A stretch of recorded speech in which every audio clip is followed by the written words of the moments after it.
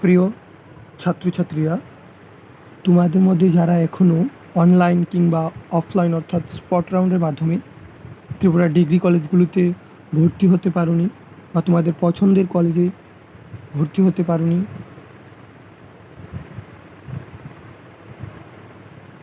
যারা ভর্তি হতে ইচ্ছুক অর্থাৎ উচ্চ মাধ্যমিক পাশ করেছো কিন্তু কলেজে সিট না থাকায় বা বিভিন্ন কারণবশত ভর্তি হতে পারোনি, তারা অবশ্যই ভর্তি হতে পারবে। উচ্চশিক্ষা দপ্তর থেকে 18 তারিখ একটি নোটিশ জারি করা হয়েছে। সেখানে বলা হয়েছে যে সকল ছাত্রছাত্রীরা এখনও ত্রিপুরা ডিগ্রি কলেজগুলিতে ভর্তি হতে পারেনি সেই সকল ছাত্রছাত্রীদের উদ্দেশ্যে বলা হয়েছে আগামী 19 থেকে 23 জুলাই 2024 সকাল 11টা থেকে বিকাল 4টে পর্যন্ত উচ্চশিক্ষা দপ্তরের অফিসে, আগরতলা অফিস লাইন স্থিত অফিসে আবেদনপত্র জমা নেওয়া হবে। সেখানে সমস্ত ছাত্রছাত্রীরা গিয়ে যাতে আবেদন করে কলেজে ভর্তির জন্য,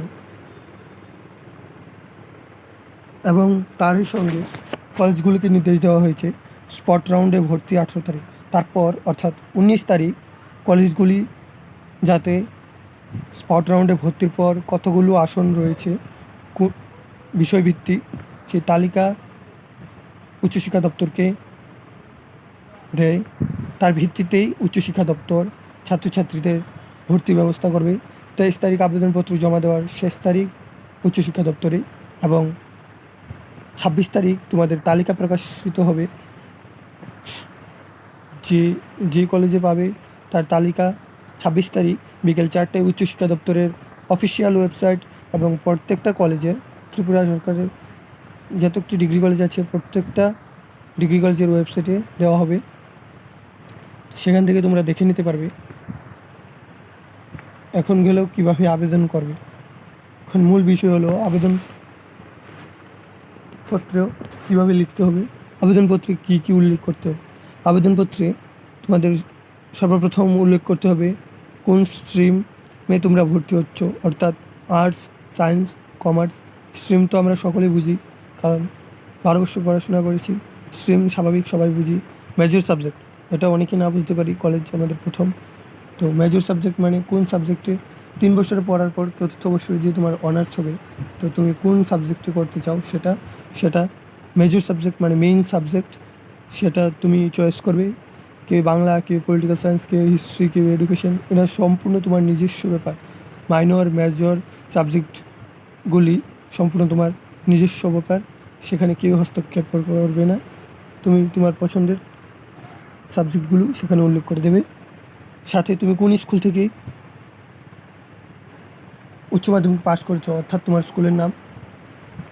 তৎসঙ্গে সবচেয়ে গুরুত্বপূর্ণ বিষয়, তুমি কোন কলেজে ভর্তি হতে ইচ্ছুক সেই কলেজের নাম অবশ্যই উল্লেখ করে দেবে তোমার আবেদনপত্রে। তার ভিত্তিতে কলেজ তোমার ভর্তির ব্যবস্থা করবে। সকলে ভর্তি হতে পারবে, টেনশনের কোনো বিষয় নেই। হয়তোবা নিজেদের কলেজ পছন্দের কলেজটা নাও পেতে পারো, কারণ সিট অর্থাৎ আসন সংখ্যা খুবই সীমিত রয়েছে, সকলকে দেওয়া সম্ভব নয়। নাম্বারের ভিত্তিতে সিট দেওয়া হবে।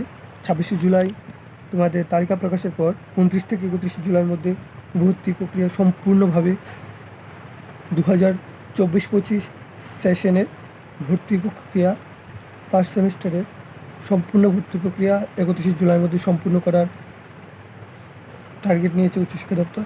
তারপর আর ভর্তি হতে পারবে না। তারপর তোমাদের যেই সমস্ত ডকুমেন্টগুলি লাগবে, Aadhaar card xerox, PRTC xerox, HS marksheet, caste certificate ইত্যাদি সার্টিফিকেটগুলো তোমাদের সাথে জমা দিতে হবে। অ্যাপ্লিকেশনের সাথে তোমাদের সুন্দর উজ্জ্বল ভবিষ্যতের কামনা করি। যারা চ্যানেল নতুন, চ্যানেলটি সাবস্ক্রাইব করে পাশে থাকো। তোমার যে সকল বন্ধুরা এখনও কলেজে ভর্তি হতে পারেনি তাদের কাছে ভিডিওটি শেয়ার করে দেবে। এরকম ভিডিও পেতে আমাদের চ্যানেলটি সাবস্ক্রাইব করে চ্যানেলের পাশে থাকো।